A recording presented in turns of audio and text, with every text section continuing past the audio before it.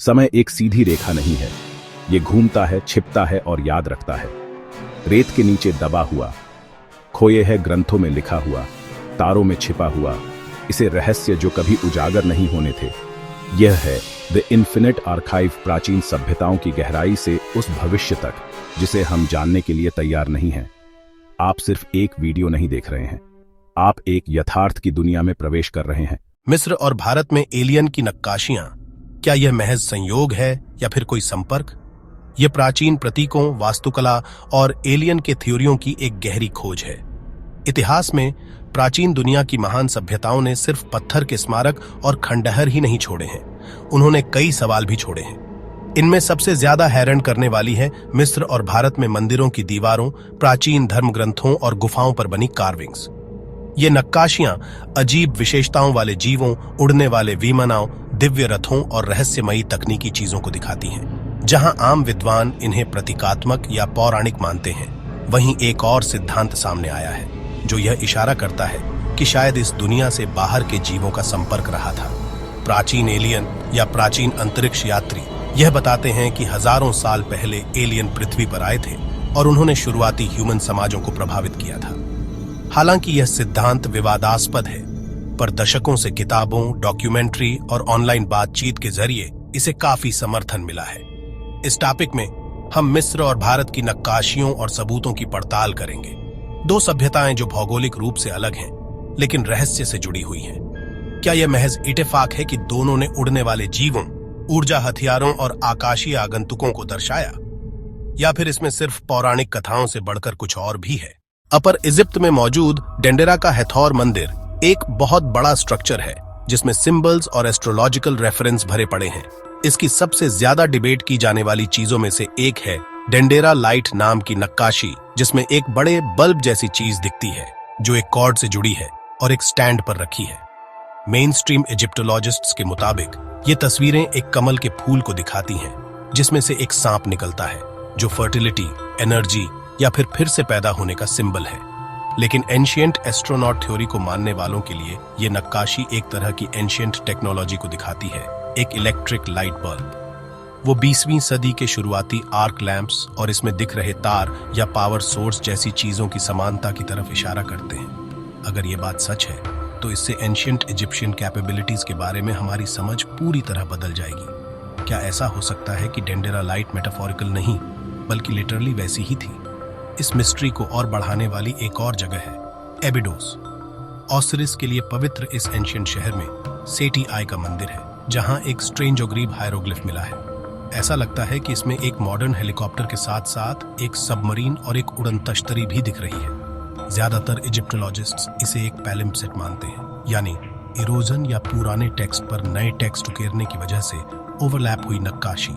लेकिन ये helicopter हायरोग्लिफ ancient alien contact के सपोर्टर्स के लिए एक आइकन बन गया है। भले ही ये एक इत्तेफाक हो, लेकिन ये समानता बहुत अजीब है। हेलीकॉप्टर की शेप में एक मैन रोटर, टेल रोटर और यहाँ तक कि एक कॉकपिट जैसी बनावट भी शामिल है।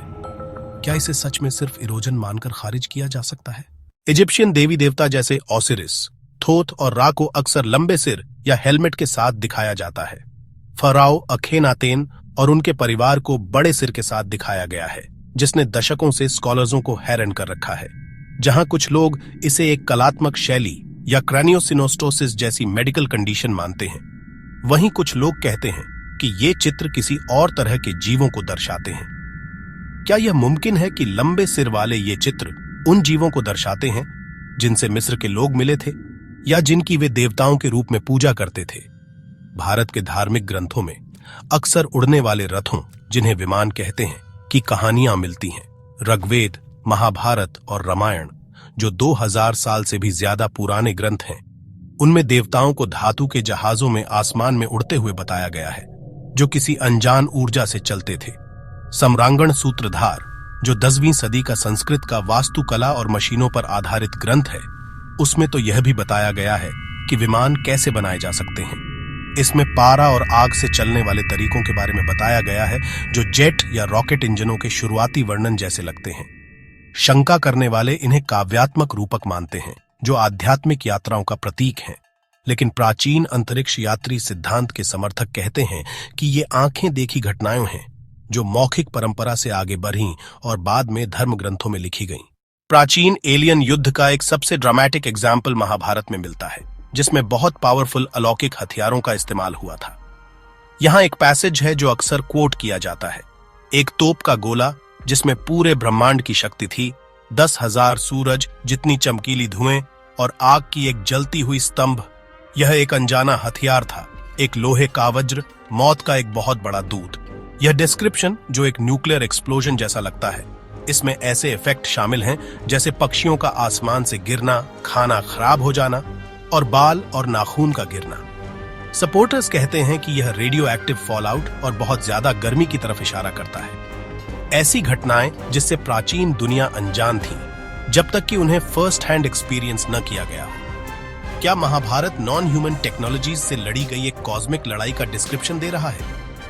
महाराष्ट्र, भारत में स्थित एलोरा की गुफाएं, खासकर कैलाश मंदिर, अपने समय के लिए लगभग इम्पॉसिबली एडवांस्ड लगते हैं। इसे सीधे एक ही चट्टान से तराशा गया है। यह दुनिया की सबसे बड़ी मोनोलिथिक स्ट्रक्चर्स में से एक है। ये थ्योरीज बहुत है कि प्राचीन बिल्डर्स ने मॉडर्न टूल्स के बिना ऐसा कमाल कैसे किया। एलोरा और अजंता की गुफाओं के अंदर नक्काशी में अलौकिक ह्यूमन या अनयूजुअल हेलमेट्स वाले मनुष्य और लाइट या आग की किरणें छोड़ते हुए उड़ने वाले जहाज दिखाए गए हैं, जबकि इन्हें अक्सर एक धार्मिक कॉन्टेक्स्ट में इंटरप्रेट किया जाता है, जैसे देवताओं, राक्षसों या कॉस्मिक एनर्जी के रिप्रेजेंटेशंस के रूप में। कुछ रिसर्चर्स का मानना है कि वे रियल साइटिंग्स या कॉन्टैक्ट इवेंट्स की कहानियां हो सकती हैं। इजिप्ट और इंडिया दोनों ही आसमान से आए जीवों की कहानियां सुनाते हैं। इजिप्ट में एरा और होरुस जैसे देवता सोलर बोट्स में आसमान में उड़ते हैं। इंडिया में इंद्रा और विष्णु जैसे देवता विमान में उतरते हैं। दोनों कल्चर्स में इन जीवों के पास बहुत पावरफुल हथियार होते हैं, कॉस्मिक नॉलेज होती है और कहा जाता है कि वे ऊपर से आए थे। समानताएं यहीं खत्म नहीं होती। दोनों सभ्यताओं ने विनाश और सृजन के साइकिल्स को डिस्क्राइब किया है जो इन जीवों ने शुरू किए थे। दोनों ने मैसिव पिरामिडल स्ट्रक्चर्स बनाए थे जो सेलेस्टियल बॉडीज के साथ अलाइंड थे, और दोनों ने ऐसी आर्ट और लिटरेचर बनाई जिसमें डिवाइन और टेक्नोलॉजिकल चीजें एक साथ मिलती हुई लगती हैं। क्या हम मिथ के इंडिपेंडेंट बर्थ को देख रहे हैं या रियल एनकाउंटर्स की शेयर्ड मेमोरी को? इजिप्शियन आर्ट में लोटस क्रिएशन और डिवाइन इमर्जेंस को रिप्रेजेंट करता है, जैसे हिंदुइज्म और बुद्धिज्म में लोटस करता है। फिर भी दोनों में इसे अक्सर एक पावर लाइक सोर्स से निकलते हुए दिखाया जाता है। साथ में बीम्स या सर्पेंट्स होते हैं जिन्हें कुछ लोग एनर्जी मानते हैं। इजिप्ट में डेंडेरा लाइट की तुलना इंडिया के टेंपल नक्काशी से करें, जहां डीटीज लोटस जैसे ऑब्जेक्ट्स पकड़े हुए हैं जिनसे लाइट या एनर्जी निकल रही है। क्या हम एक ही कॉन्सेप्ट को देख रहे हैं जो अलग अलग कल्चरल लेंसेज से फिल्टर्ड है? अबिडोस के वो हायरोग्लिफ्स जिनमें मॉडर्न गाड़ियां, हेलीकॉप्टर भी शामिल हैं, प्राचीन अंतरिक्ष यात्री के तर्क का एक अहम हिस्सा बन गए हैं। लेकिन इजिप्टोलॉजिस्ट्स कहते हैं कि ये एक पालिम्सेस्ट का नतीजा है, जहां एक हायरोग्लिफ के ऊपर दूसरा काव किया गया था। सेटी आई के राज में बनी असली इंस्क्रिप्शन को बाद में उनके बेटे रमेसेस II ने बदल दिया था। समय के साथ प्लास्टर हट गया, जिससे पुरानी कार्विंग्स दिखने लगीं और ऐसा लगा जैसे मॉडर्न मशीनें बनी हो। स्कॉलर्स ने इन परतों को डिजिटली फिर से बनाया है, जिससे उनके असली धार्मिक मतलब सामने आए हैं। हालांकि ये एक्सप्लेनेशन एकेडेमिया को तो ठीक लगती है, पर हेलीकॉप्टर की इतनी सटीक शेप अभी भी कुछ लोगों को यकीन नहीं दिला पाती। क्या ये सिर्फ एक इत्तेफाक है या हम कुछ और गहरा मिस कर रहे हैं? डेंडेरा लाइट, जिसे अक्सर जनरेटर से चलने वाले एक चमकते बल्ब जैसा बताया जाता है, ट्रेडिशनल इंटरप्रिटेशन में एक कमल का फूल है जिसमें से एक सांप निकल रहा है, जो प्राचीन मिस्र की मिथोलॉजीज में फर्टिलिटी, रीबर्थ और डिवाइन एनर्जी को दिखाता है। केबल को डीजेड पिलर माना जाता है जो स्टेबिलिटी का प्रतीक है, और सॉकेट एक लोटस बेस है जो इजिप्शियन आइकोनोग्राफी में आम है। फिर भी इसकी मॉडर्न लाइट बल्ब से मिलती जुलती शक्ल, जिसमें फिलामेंट, केबल और इनक्लोजर सब कुछ है, आज भी लोगों को सोचने पर मजबूर करती है। क्रिटिक्स कहते हैं कि इंसान अक्सर पुराने सिंबल्स पर मॉडर्न मतलब थोप देते हैं। इसे एनाक्रोनिस्टिक प्रोजेक्शन कहते हैं। फिर भी सिंबॉलिक एक्सप्लेनेशंस के बावजूद कोई इस बात से इनकार नहीं कर सकता कि ये लोटस लैंप एक इलेक्ट्रिकल डिवाइस की स्ट्रक्चर से कितनी मिलती है। कई संस्कृत ग्रंथों में विमानों का जिक्र है, उड़ने वाले वाहन जिन्हें देवता, राजा और राक्षस इस्तेमाल करते थे। 20वीं सदी की शुरुआत में मिली वैमानिक शास्त्र, जिसका श्रेय अशी भारद्वाज को दिया जाता है, उसे अक्सर एलियन थ्योरी वाले लोग बताते हैं। इसमें विमानों के प्रकार, उनके उड़ने के सिस्टम और इस्तेमाल किए गए मटेरियल के बारे में बताया गया है। हालांकि स्कॉलर्स ने इस टेक्स्ट को 20वीं सदी से पहले का नहीं माना है और ज्यादातर इसे आज के जमाने की मनगढ़ंत कहानी मानते हैं। एरोनॉटिकल इंजीनियर्स जिन्होंने इसकी चीजों को पढ़ा, उन्हें इसमें लिखी बातें हवाई तौर पर नामुमकिन लगी, जो अधूरी और उलझी हुई फिजिक्स से भरी थी।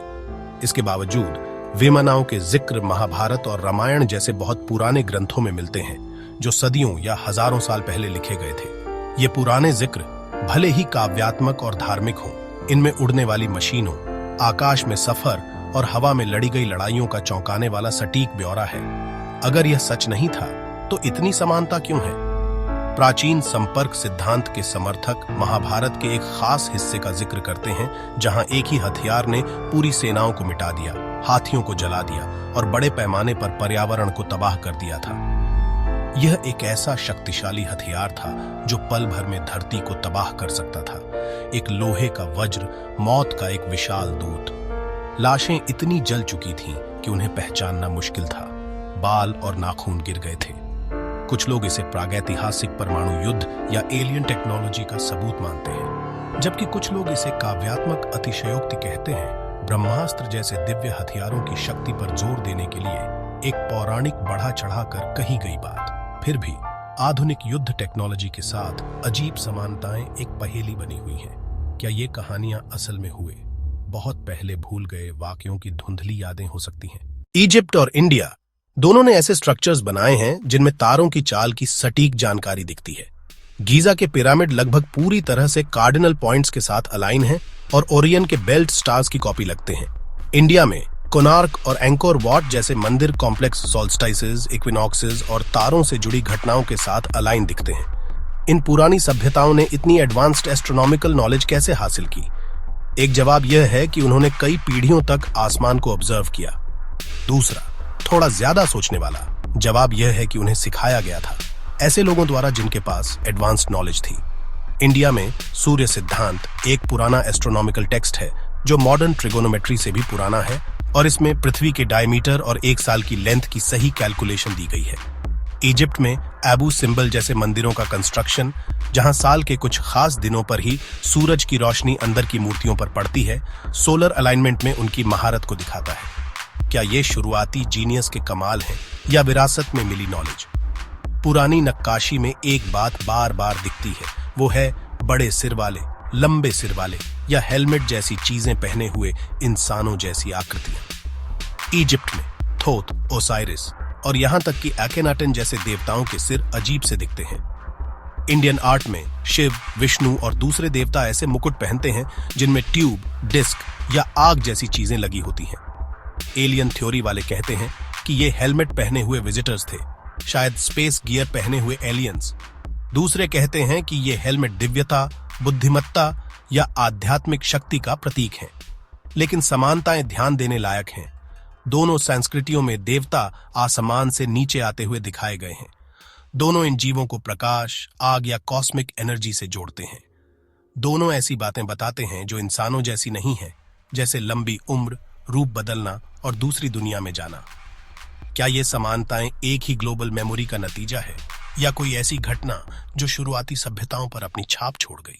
इंडिया की एलोरा गुफाएं और इजिप्ट का ओसिरियन मंदिर, इन दोनों में ऐसा स्टोन वर्क है जिसे आज के टूल्स से बनाना भी बहुत मुश्किल है। एलोरा का कैलाश मंदिर एक ही बेसाल्ट पहाड़ से छेनी और हथौड़ों से बनाया गया है, जो अपने स्केल और सिमेट्री से लॉजिक को भी फेल कर देता है। वैसे ही ओसिरियन के ग्रेनाइट ब्लॉक्स 100 टन से भी ज्यादा भारी हैं और उन्हें प्रिसिजन के साथ जोड़ा गया है। कुछ लोग कहते हैं कि पुरानी सभ्यताओं ने पत्थर को नरम करने की टेक्निक्स का इस्तेमाल किया होगा, शायद साउंड फ्रीक्वेंसीज या केमिकल्स का इस्तेमाल करके, ताकि बड़े बड़े पत्थरों को मिट्टी की तरह मोड़ा जा सके। कुछ और लोग कहते हैं कि यह लॉस्ट टेक्नोलॉजी का सबूत है, चाहे वह धरती की हो या एलियंस की। तरीका चाहे जो भी हो, नतीजे खुद बोलते हैं। हजारों साल बाद भी आज के इंजीनियर्स इन स्ट्रक्चर्स को देखकर हैरान रह जाते हैं। भारत और मिस्र ही सिर्फ ऐसी सभ्यताएं नहीं हैं जहां तारों से आए देवताओं की कहानियां हैं। दुनिया भर में मायान्स से लेकर सुमेरियंस तक, एबोरिजिनल ऑस्ट्रेलियाई से लेकर नेटिव अमेरिकन होपिस तक, कहानियां आसमान से आए लोगों, उड़ने वाले विमानों में देवताओं और ऐसे शिक्षकों की हैं जिन्होंने इंसानियत को ज्ञान दिया। सुमेरियन अनूनकी आग वाले जहाजों में आसमान से उतरे थे। माली के डोगोन लोगों ने सीरियस स्टार सिस्टम का सही डिस्क्रिप्शन दिया था, टेलीस्कोप के आने से बहुत पहले।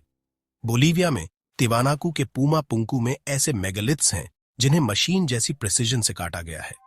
क्या ये सिर्फ कहानियां हैं या ये किसी एडवांस्ड, शायद नॉन ह्यूमन इंटेलिजेंस से कांटेक्ट को दिखाती हैं? कुछ लोग मानते हैं कि पुरानी सभ्यताएं कभी एक भूली हुई वैश्विक संस्कृति से जुड़ी हुई थी, शायद एडवांस्ड टेक्नोलॉजी या एलियन की मदद से। पिरामिड, मेगालिथ्स और कॉस्मिक सिंबलिज्म हर जगह दिखते हैं, यहां तक कि ईस्टर आइलैंड जैसे दूर दराज के द्वीपों पर भी। क्या ऐसा हो सकता है कि हजारों साल पहले इंसान को ब्रह्मांड की कहीं ज्यादा अच्छी समझ थी और वो ज्ञान खो गया, बिखर गया या दबा दिया गया? इस पहेली के सबसे साफ टुकड़े शायद इजिप्ट और इंडिया में ही मिले। इजिप्ट और इंडिया की ये नक्काशी आज भी लोगों को हैरान करती है और बहस छेड़ती है। आम स्कॉलर्स के लिए ये इंसानी कल्पना की खूबसूरत अभिव्यक्ति है, जो बहुत सिंबॉलिक, मिथोलॉजिकल और स्पिरिचुअल है। दूसरों के लिए ये चेतावनी या किसी चीज के रिकॉर्ड हैं जो पीछे छूट गए, धरती या समय से परे के प्राणियों के साथ संपर्क के टुकड़े। जो बात अनडिनाइबल है वो है इनकी कंसिस्टेंसी। महाद्वीपों और सदियों से इन पिक्चर्स में उड़ने वाले प्राणी और मशीनें, शक्तिशाली एनर्जी बेस्ड हथियार, आसमान से उतरने या ऊपर जाने वाले प्राणी, advanced astronomical alignment, technological metaphors या सिंबल्स, हमें खुद से पूछना चाहिए, क्या ये सिर्फ मेटाफॉर्स हैं, कोइंसिडेंसेस, या हमारे पूर्वज असली ट्रांसफॉर्मेटिव अनुभवों का रिकॉर्ड सहेजने की कोशिश कर रहे थे? जैसे जैसे हम इन नक्काशी, ग्रंथों और ढांचों को बढ़ती हुई टेक्नोलॉजी से समझना जारी रखते हैं, शायद हम अतीत को खोज नहीं रहे, बल्कि उसे फिर से खोज रहे हैं जो इंसान पहले से जानता था और भूल गया था। हर मंदिर में, हर गुफा में और पत्थर में उकेरी गई हर कहानी में पुरानी सभ्यताओं ने संदेश छोड़े, सिर्फ देवताओं और मिथकों के नहीं, बल्कि शायद सितारों से आए यात्रियों के भी। चाहे मिथ हो या मेमोरी, सवाल वही रहता है, क्या हम अकेले थे या किसी ने सभ्यता की शुरुआत बनाने में मदद की?